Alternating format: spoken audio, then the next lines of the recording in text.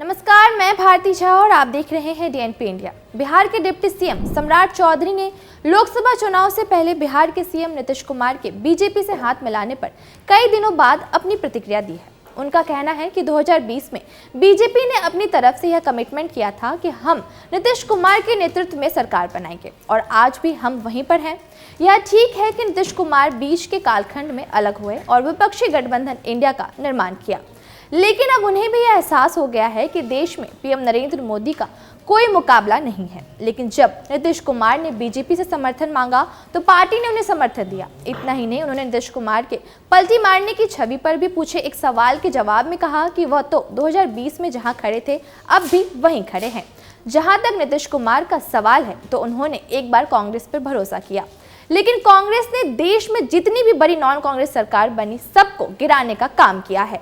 आज भी कांग्रेस पार्टी किसी को नेता मानने को तैयार ही नहीं है, इसलिए इंडिया का भविष्य वहीं खत्म हो जाता है।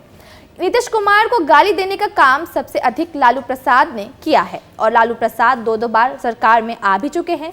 हम बस इतना जानते हैं कि राजनीति अपनी जगह है, लेकिन बिहार के विकास में हम लोग नीतीश कुमार के साथ हैं। नीतीश कुमार के साथ फिर से सरकार बनाने की स्थिति में बीजेपी कार्यकर्ताओं के लिए असहमत स्थिति उत्पन्न होने के सवाल के जवाब में सम्राट चौधरी ने कहा कि यह नेचुरल अलायंस है। बीजेपी और नीतीश कुमार का गठबंधन 1996 से है। जब भी अननेचुरल करते हैं तब लोगों को कष्ट होता है। यह अननेचुरल अलायंस आरजेडी के साथ था। बीजेपी प्रदेश अध्यक्ष ने कहा जब वे विरोधी थे तो विरोध कर रहे थे, आज जब साथ हैं तो साथ देंगे। उन्होंने कहा कि राजनीतिक तौर पर जब वे विरोधी दल के नेता थे तब सरकार को आईना दिखाना उनका दायित्व था और आज जब वे सहयोगी हैं तो नीतीश कुमार के सहयोग से विकास की किरण को गांव-गांव तक पहुंचाया जाएगा। इतना ही नहीं, नीतीश कुमार का विरोधी होने वाले सवाल पर सम्राट चौधरी ने कहा कि उनकी उत्पत्ति ही नीतीश कुमार को सीएम बनाने के लिए हुई है।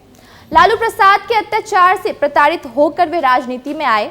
बता दें कि सम्राट चौधरी ने आगे बताया कि वो पहले राजनीति में नहीं थे। 1995 में लालू प्रसाद की गुंडा वाली सरकार ने हजारों लाठियां उनके शरीर पर चलाई और उन्हें 89 दिनों तक जेल में रखा। नीतीश कुमार ने उनके लिए आंदोलन किया। लगभग 60 किलोमीटर तक पैदल यात्रा कर जॉर्ज फर्नांडिस और नीतीश कुमार ने उन्हें उस केस में खुद को निर्दोष साबित करने में मदद की। इसलिए उनकी छवि एंटी लालू हो सकती है, एंटी नीतीश नहीं हो सकती। सम्राट चौधरी ने आगे कहा, तेजस्वी यादव ना शिक्षा मंत्री थे, ना वित्त मंत्री थे और ना ही मुख्यमंत्री थे। वे सहयोगी थे और ऐसी स्थिति में उनका रोल लिमिटेड है।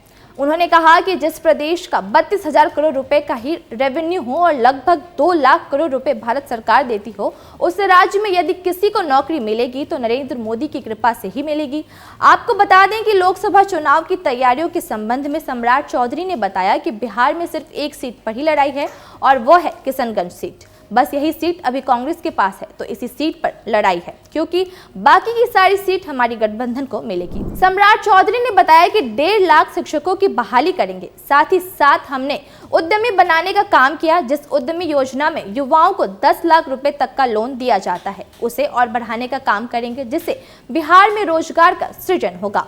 इस तरह सम्राट चौधरी ने नीतीश के बचाव में कई बड़ी बातें बोलते हुए दिखे। ऐसे में अब आरजेडी का क्या रिएक्शन आएगा यह देखना दिलचस्प होगा। खबरों का सिलसिला जारी है, देखते रहिए डीएनपी इंडिया।